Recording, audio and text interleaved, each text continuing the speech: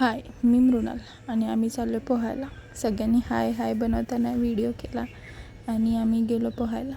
हे होतं सकाळचं पाणी, जे की खूप वरपर्यंत होतं. पण त्याच दिवशी संध्याकाळचं पाणी पाक खाली गेलं होतं, कारण सगळ्यांनी रानाला पाणी पाजलं होतं. त्याच्यानंतर येऊन आम्ही वाईट जांभळं काढली आणि मग गेलो चालायला. चालताना छान व्हिडिओ बनवला. किती छान शेत आहेत. तोपर्यंत पोरांनी केलं त्यांचं ब्लॉग चालू.